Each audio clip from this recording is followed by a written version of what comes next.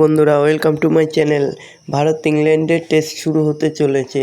শুক্রবার থেকেই বহু প্রতীক্ষিত ভারত ইংল্যান্ড টেস্ট শুরু।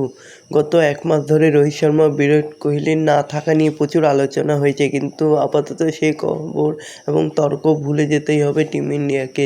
সেই লক্ষ্যে 20 জুন অর্থাৎ শুক্রবার প্রথম টেস্ট খেলতে নামছে শুভমন গিলের ভারত। তবে প্রথম টেস্টের আগে জানা গিয়েছে অভিষেক ঘটতে চলেছে সাই সুদর্শনের। তো বন্ধুরা, এরকমই সব খেলার খবর প্রতিনিয়ত জানতে হলে চ্যানেলটিকে অতি শীঘ্রই লাইক, কমেন্ট, সাবস্ক্রাইব করতে ভুলো না। আর বন্ধুদের মধ্যে প্রচুর পরিমাণে শেয়ার করে দাও, যাতে আমার 4000 ঘন্টা ওয়াচ টাইম খুব শীঘ্রই পূর্ণ হয়ে যায়।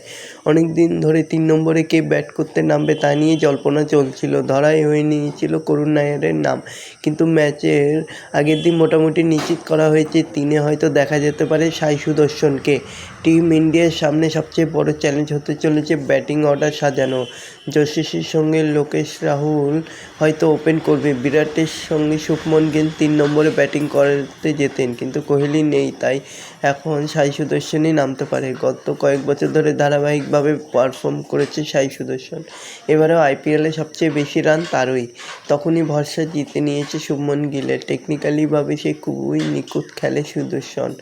বৃহস্পতিবার অনুশীলনের মাঝে ভারতীয় হেড কোচ গৌতম গম্ভীরের সঙ্গে দেখা যায় সাই সুদর্শনের সঙ্গে হাত মেলাতে। তারপরেই খানিকক্ষণে কথা বললেন তারা। তখনই নিশ্চিত হয়ে যায় শুক্রবার সাদা জার্সি গায়ে হয়তো অভিষেক হতে চলেছে 23 বছরের এই ক্রিকেটারের। এখন দেখা যাক শেষ পর্যন্ত জয়ের হাসি কে হাসতে পারে।